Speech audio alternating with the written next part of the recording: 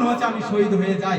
সেই গাছের ডালগুলোকে জোগাড় করা হলো, আর হযরত ইমাম হুসাইন কি করলেন না সেই গাছের ডালগুলোতে আগুন লাগিয়ে দিলেন যুদ্ধ শুরু হওয়ার আগে, এই জন্য যেন এজিদের সৈন্যরা আগুন দেখিয়ে তার গৃহবাসীদেরকে অত্যাচার না করতে পারে।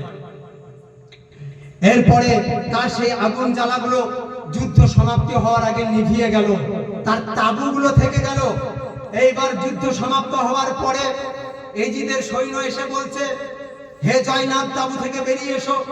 বললেন, নবীর গৃহবাসী পর পুরুষকে কোনোদিন মুখ দেখায় না।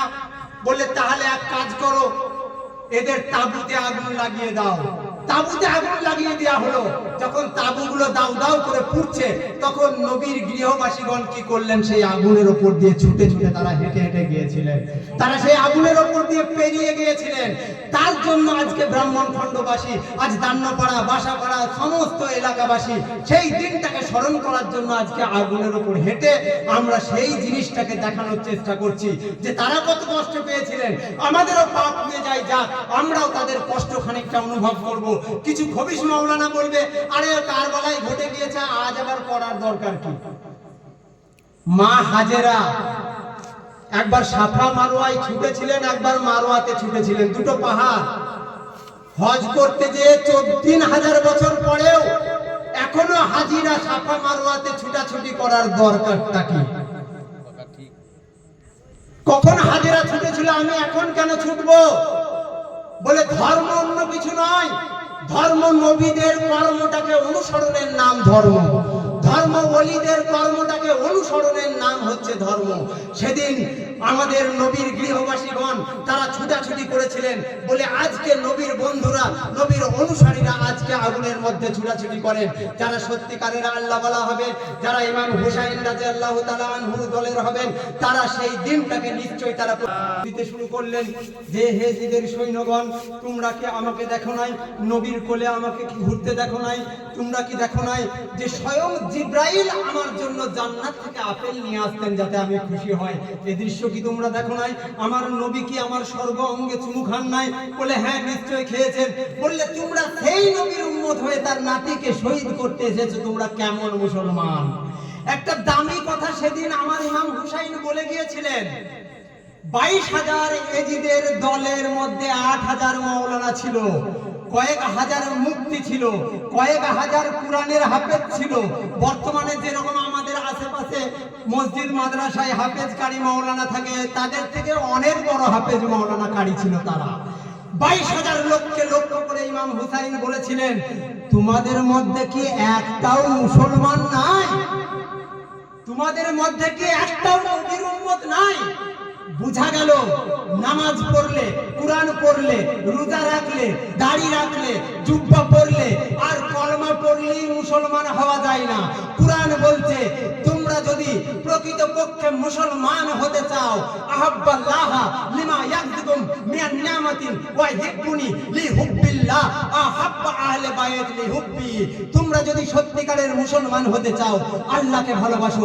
আল্লাহর রাসূল বলছেন, কিন্তু তোমরা আল্লাহকে ভালোবাসবে কি করে? আল্লাহকে তোমরা চিনো না জানো? বলে, আমরা তো চিনি না, জানি না। বলে, তাহলে তোমরা আল্লাহকে ভালোবাসতে গেলে আমি মুহাম্মদকে ভালোবাসো। বলে, ইয়া রাসূলুল্লাহ, আপনি যখন থাকবেন না তখন আপনাকে কি করে ভালোবাসবো? বললে, তোমরা তখন আহাব্বা আহলে বাইত লিহুব্বি, তোমরা তখন হাসানকে ভালোবাসবে, হুসাইনকে ভালোবাসবে, ফাতেমাকে ভালোবাসবে, আলীকে ভালোবাসবে, তাহলেই তোমাদের আমাকে ভালোবাসা হয়ে যাবে। এটাই হচ্ছে পথ। তো ইমাম হুসাইন বললেন যে, সেই দুই ভাই ইমাম হাসান এবং হুসাইনের মধ্যে আমি ছোট ভাই ইমাম হুসাইন তোমাদের কাছে দাঁড়িয়ে প্রশ্ন করছি যে, সেই দুই ভাইয়ের মধ্যে আমি কি এক ভাই নয়? অথচ তোমরা আমাকে আজকে শহীদ করতে এসেছো। এই কথা শুনে এজিদের দলের মধ্যে হোর বলে একজন ছিলেন, নাম ছিল হযরতে হোর।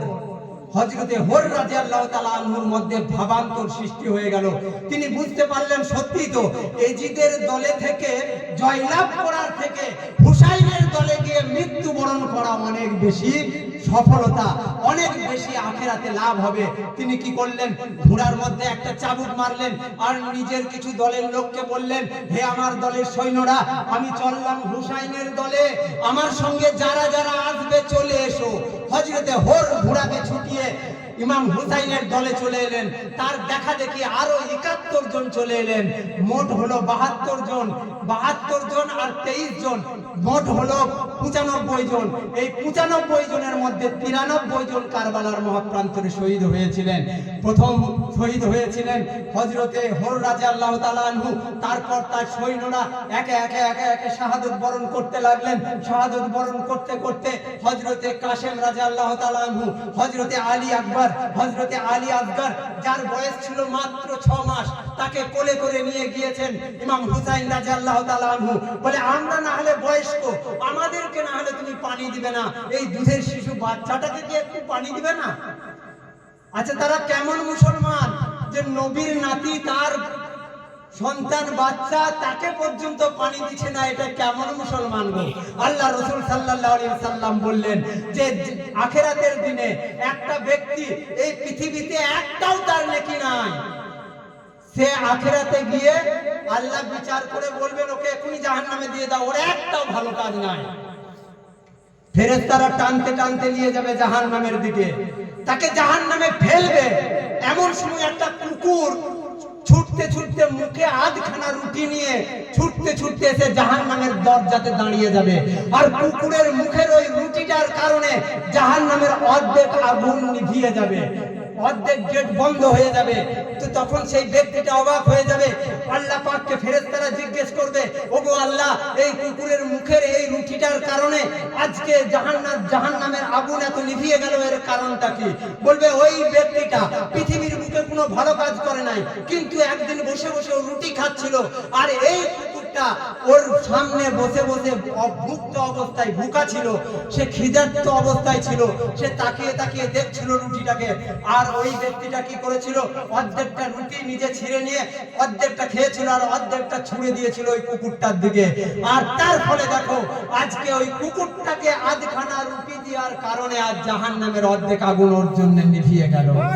ভাইরা আমার, চিন্তা করে দেখুন, একটা কুকুরকে যদি রুটি দেওয়ার কারণে জাহান্নামের একটা আগুন একটা সাধারণ ব্যক্তির জন্য নিভিয়ে যায়, তাহলে ওরা কেমন মুসলমান ছিল যারা ইমাম হোসেনকে পানি দেয় নাই, যারা ইমাম হাসানকে বিষ প্রয়োগ করে মেরেছে, যারা ইমাম হুসেনের দলকে মেরেছে, যারা নবীর বংশধরকে বেইজ্জত করার চেষ্টা করেছে, তাদেরই বংশধর বর্তমানে এসেছে মৌলবীর পোশাক পরে আর স্টেজে দাঁড়িয়ে দাঁড়িয়ে বলছে মহররম করতে নাই, স্টেজে দাঁড়িয়ে দাঁড়িয়ে বলছে তাজিয়া বার করতে নাই।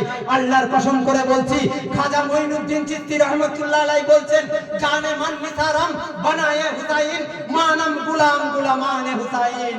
বলছে হে আমার হুসাইন, আমার জান এবং মাল তোমার কদম মুবারকে কুরবান। আমি তার গোলাম যে হুসাইনের গোলাম হয়ে গিয়েছে।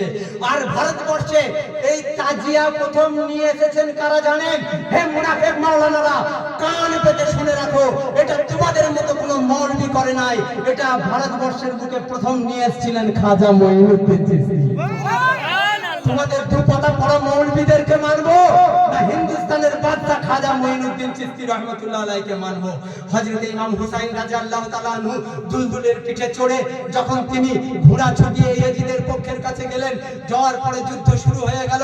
যখন তিনি তাকে কোনো রকমই পরাস্ত করতে পারছে না, তখন ইয়েজিদের বাহিনী জিয়াদের লোক বললে, হুসেনকে পরাস্ত করবে এমন কোনো ব্যক্তি নাই, এক কাজ করো, সবাই মিলে একসাথে তীর ছুটতে লাগো। তাকে লক্ষ্য করে তীর ছুটতে লাগলো, গোটা সর্ব অঙ্গ তার কি হলো না তীরে ঝাঁঝরা হয়ে গেল। তিনি ঘোড়া থেকে পড়ে গেলেন, তার বুকের উপর দিয়ে সীমার মারওয়ান চাপলো এবং একটা ধারালো অস্ত্র দিয়ে তার গলাকে কাটতে শুরু করলো, কিন্তু কোনো রকমে কাটতে পারছিল না। ইমাম হুসাইন বললেন, হে মারওয়ান, তোমার ক্ষমতা নাই আমার গলাটাকে কেটে দি, কেননা আমার সর্ব অঙ্গে আমার নূরের নবী চুমু খেয়েছেন। রাদিয়াল্লাহু তাআলা আনহুকে শহীদ করার পরে বেঈমানরা ছেড়ে দেয় নাই, মাথাটাকে বর্ষার ডগে লাগিয়ে তারা দামেস্কের দিকে যাত্রা করেছিল। কিসের জন্য? কয়েক হাজার কি কয়েক লাখ টাকার লেগে। তাদের দাড়িগুলো ছিল লম্বা, তারা জুব্বা পরিহিত ছিল, আর নবী বংশের 17 জন মহিলাকে বন্দি করে শিকল পরিয়ে রাস্তা দিয়ে নিয়ে যেতে লাগলো। রাস্তা দিয়ে যখন নিয়ে যাচ্ছে, তাদেরকে 3 দিন ধরে হাঁটানোর পরে মধ্য রাস্তাতে ছাদ থেকে একটা বৃদ্ধ মহিলা দেখছেন যে একদল বন্দী তার রাস্তার বাড়ির পাশ দিয়ে তারা হেঁটে হেঁটে চলে যাচ্ছে। সেই বৃদ্ধ মহিলা তার গোলামকে বললেন, এক কাজ করো, ওই বন্দীদেরকে আমি একটু পানীয় পান করাতে চাই, একটু শরবত খাওয়াতে চাই, ওদেরকে দাঁড় করাও, ওদেরকে আমি একটু খাওয়াতে চাই। গোলাম তাড়াতাড়ি গিয়ে বলল যে আপনারা একটু দাঁড়ান, আমার মালিক আপনাদেরকে কিছু খাওয়াবেন। ওনাদের লেগে শরবত পাঠিয়ে দেওয়া হলো। মহিলাদেরকে শরবত পান করানোর পরে হযরতে জয়নাব বলছেন, আজ আমরা এই রাস্তা দিয়ে 3 দিন হেঁটে আসছি, আমাদেরকে আজ পর্যন্ত কেউ শরবত খাওয়ায় নাই। কে এমন সহৃদয় ব্যক্তি আছে যে আমাদেরকে শরবত খাইয়েছে? হে গোলাম, তুমি একবার তোমার মালিককে ডেকে দাও, আমরা দেখা করতে চাই। বলে আমার মালিক খুব বৃদ্ধা, বলে তাকে ডেকে দাও, আমরা দেখা করতে চাই। ওই বৃদ্ধা মহিলাকে সঙ্গে করে নিয়ে আসা হলো। নিয়ে আসার পরে হযরতে জয়নাবের সঙ্গে বৃদ্ধা মহিলা কথা বলছেন। জয়নাব জিজ্ঞেস করছেন, হে বৃদ্ধা মহিলা, আপনি কে? দয়া করে আমাদেরকে পানি খাওয়ালেন, আপনি কে? বলে আমি একজন সাধারণ ব্যক্তি, কিন্তু এই পানি খাওয়ানোর পেছনে আমার একটা কারণ আছে। বললে কি কারণ? বলে আমি যখন অল্প বয়স ছিল আমি মদিনাতে থাকতাম। বলে আপনি মদিনায় কোথায় থাকতেন? বলে আমি খাতুনে জান্নাত ফাতেমাতুজ জোহরা রাদিয়াল্লাহু তাআলা আনহার বাঁধি, আমি মা ফাতেমার বাঁধি ছিলাম। যখন দিনের নবী ওফাত হয়ে গেলেন, মা ফাতেমার ওফাতের সময় হয়ে গেল, মা ফাতেমা একদিন আমাকে কাছে ডেকে বললেন যে আমি আর পৃথিবীর বুকে বেশি দিন নাই, হে আমার বাঁধি, তোমাকে আমি আজ মুক্ত করে দিলাম, তুমি নিজের দেশে ফিরে যাও, আর আমার একটা কথা তুমি মনে রেখো। বললে কথাটা কি? বলে তুমি তোমার ঘর থেকে যদি কোনোদিন রাস্তা দিয়ে কোনো গোলাম তোমার কোনো বন্দীকে যেতে দেখো শিকল পড়া অবস্থায়, সেদিন যেন তাদেরকে তুমি একটু শরবত খাইও, এই কথাটা তুমি আমার মনে রেখো। বলে সেই কথাটা আমি এখনই ছাদ থেকে আপনাদেরকে দেখে আমার মনে পড়ে গেল, তাই আমি আপনাদেরকে ঠান্ডা শরবত এনে খাওয়ালাম। বলে আচ্ছা, শুনলাম তোমাদেরও বাড়ি নাকি মদিনায়? বলে হ্যাঁ, আমাদেরও বাড়ি মদিনায়। বলে আচ্ছা, তোমাকে আমি একটা কথা জিজ্ঞেস করি, আমি যখন ফাতেমার কাছ থেকে চলে এসেছিলাম, আমার মালিকের কাছ থেকে যখন আমি চলে এসেছিলাম, দুটো ছোট ছোট বাচ্চা আর একটা ছোট্ট মেয়েকে আমি রেখে এসেছিলাম। একজনের নাম ছিল হাসান, একজনের নাম ছিল হুসাইন, আর একজনের নাম ছিল জয়নাব। আচ্ছা, তোমরা কি বলতে পারো হাসান কেমন আছে, হুসাইন কেমন আছে, জয়নাব কেমন আছে? তখন হযরতে জয়নাব হাউ হাউ করে কাঁদতে লাগলেন। বলে হে আমার মা, তুমি কি আমাদেরকে চিনতে পারছো না? বলে না। বলে যে হাসানকে তুমি রেখে এসেছিলে তাকে মুনাফিকরা বিষ খাইয়ে মেরে দিয়েছে। যে হুসাইনকে তুমি রেখে এসেছিলে সেই হুসাইনের মাথাটা হয়তো বর্ষার ডগে ঝুলছে, সেই হুসাইনের মাথাটা বর্ষার ডগে ঝুলছে। আর যে বাচ্চা মেয়েটাকে তুমি কোলে পিঠে করে মানুষ করেছিলে সেই জয়নাব আমি, সেই জয়নাব হচ্ছে স্বয়ং আমি। বলে চিন্তা করে দেখুন, আমার খাতুনে জান্নাত ফাতেমাতুজ জোহরা তিনি 60 বছর আগে জানতে পারছেন যে আমার মেয়েদেরকে কিছু মুনাফিক, কিছু খবিস তারা বন্দী করে নিয়ে যাবে আমার এই বাঁধির বাড়ির পাশ দিয়ে। খাতুনে জান্নাতকে এমনি এমনি জান্নাতের সর্দার বলা হয় না। আমি গিয়েছি এক জায়গায় মিলাদ করতে, একটা প্যান্ট শার্ট পরা ছেলে এসে আমাদেরই মাদ্রাসার মৌলানাকে জিজ্ঞেস করছে। বলে আপনাকে কয়েকটা প্রশ্ন জিজ্ঞেস করব, সঠিক সঠিক উত্তর দিবেন। তো বলছে বলেন। বলছে জামাত করতে আছে, তবলিগ জামাত? বলছে হ্যাঁ করতে আছে, তবে বলছে তবে তবে শুনবো না, করতে আছে কি নাই? বলে হ্যাঁ করতে আছে।